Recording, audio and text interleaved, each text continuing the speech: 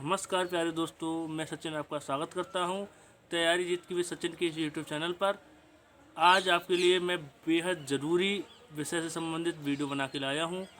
आज का वीडियो हमारा होगा जिस तरीके से इस समय भारत और चीन के बॉर्डर पर जो घमासान जारी है उस पर, साथ ही जानेंगे गवान वैली के बाद डोकलाम पर भी अब चीन घुसपैठ करने लगा है, भारत को घेरने की कोशिश कर रहा है। वहीं भारत और चीन में ये कोल्ड वॉर कभी भी वार में बदल सकता है। अगर ये वॉर में बदला तो भारत पर कौन से ऐसे हथियार हैं जिससे भारत चीन को धराशायी कर सकता है, उनके बारे में आज इस वीडियो में जानते हैं। चलिए शुरू करते हैं ये वीडियो। जैसा कि हम पिछले कुछ समय से देख रहे हैं, भारत और चीन बॉर्डर पर लगातार विवाद बढ़ता जा रहा है। साथ ही साथ अब ऐसा लगने लगा है कि भारत और चीन की जो सेनाएं हैं वो आमने सामने आने वाली हैं। साथ ही एक बहुत बड़ा युद्ध हमारे सामने खड़ा है। भले ही ये कोल्ड वॉर में अभी तक चल रहा है, बार बार भारत अपना दावा कर रहा है, वहीं चीन बार बार अपने दावे में भारत के जो हिस्से हैं उनको अपने मैप के जरिए कभी वहाँ पर सेना भेजकर वहाँ पर घुसपैठ करके अपना बताता रहा है पहले भी। और वही चीज़ उसने अब की है। काफ़ी चर्चाएं, काफ़ी मीटिंग्स चीन से हुई हैं पहले भी, बीच में भी, और आज से करीब एक महीने पहले भी एक शांति वार्ता हुई थी, तो उसमें यही कहा गया था कि दोनों सेना लौट जाएंगी और सब कुछ ठीक हो जाएगा। लेकिन ऐसा कुछ नज़र नहीं आता है। चीन ऐसा दोस्त बनता है भारत का, लेकिन आस्तीन का सांप है, हमेशा से साबित किया है। सामने से दोस्ती दिखाता है, पीछे से छुरा भोंकता है। और आज से 10 दिन पहले जो घटना हुई गवान वैली में, वहाँ की घटना भी बहुत ही इस सब चीज़ को खोल के रख देती है कि भारत और चीन के जो सैनिक हैं, जहाँ सेना तैनात थी, उनमें युद्ध हुआ था, जिसमें भारत के 20 और चीन के 40 सैनिक हताहत हुए थे। भारत के 20 सैनिक शहीद हुए थे।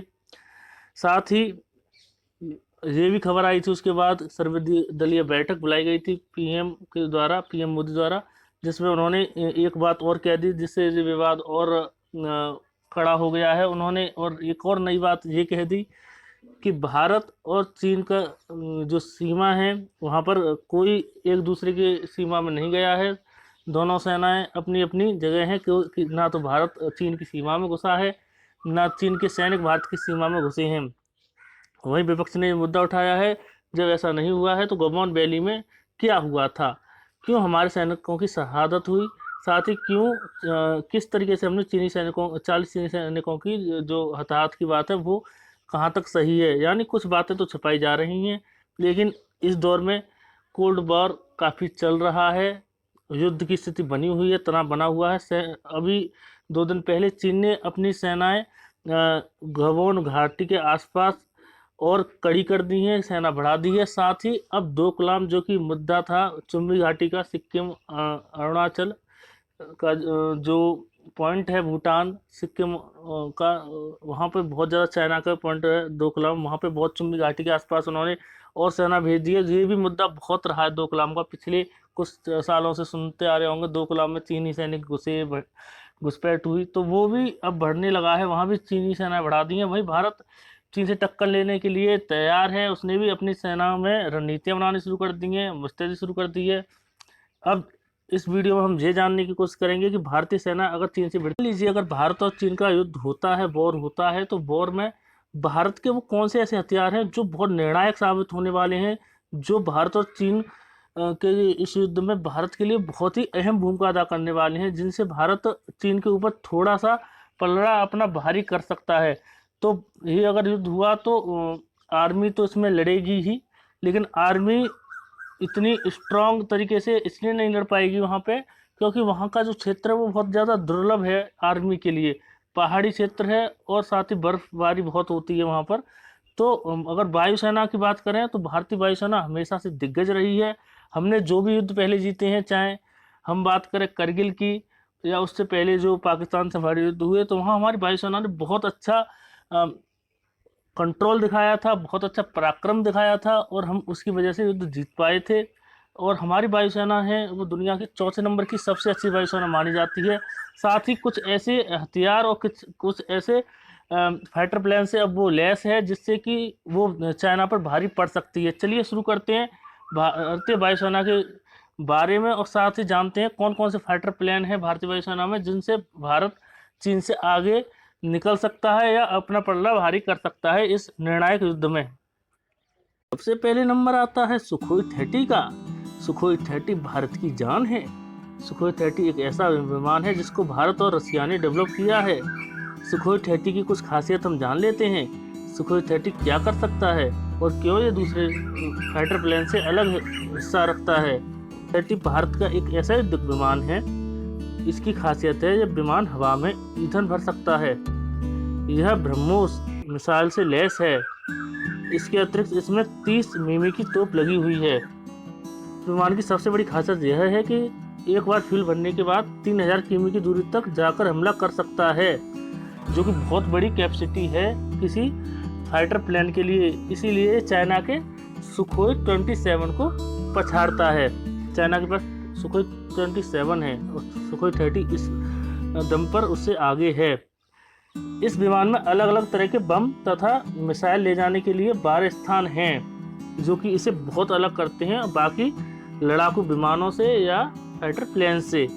चलिए बात करते हैं दूसरे फाइटर प्लेन्स की। उसके बाद भारत की वायुसेना पर दूसरा ब्रह्मास्त्र है तो वो है Apache helicopter. Apache helicopter Boeing company है जो कि एयरक्राफ्ट्स और लड़ाकू विमान और फाइटर प्लेन्स बनाती है। उसके द्वारा ये निर्मित है अपाचे। अपाचे हेलीकॉप्टर को दुनिया में सबसे खतरनाक हेलीकॉप्टर में गिना जाता है।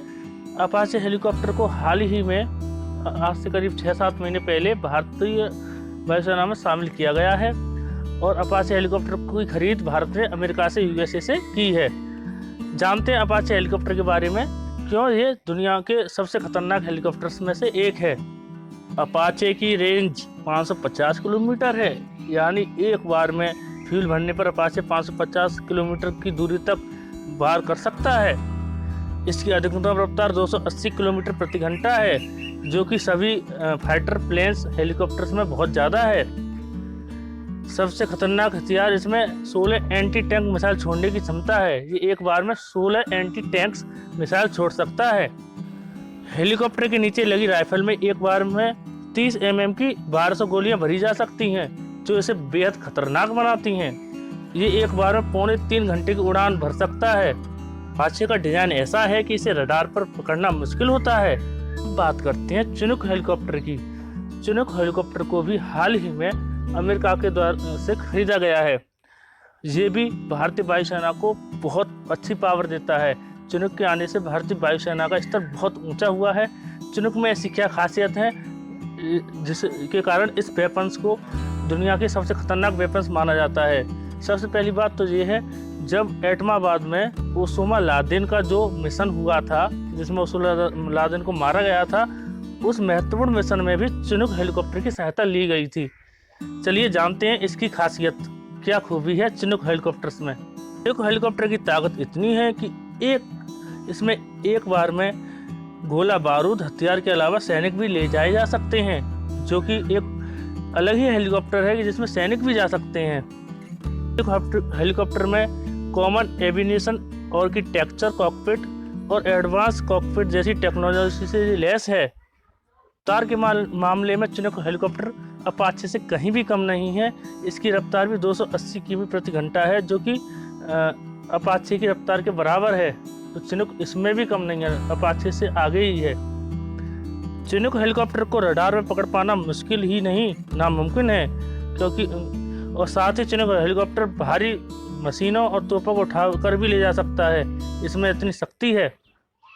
इसके अलावा भारतीय वायुसेना में मिराज 2000, MiG-27, MiG-29, तेजस जैसे खतरनाक हथियार भी हैं, खतरनाक फाइटर प्लेन्स भी हैं, जो कि किसी भी युद्ध की भूमिका को बदल सकते हैं। इसलिए चीन को भारत से सावधान ही रहना चाहिए।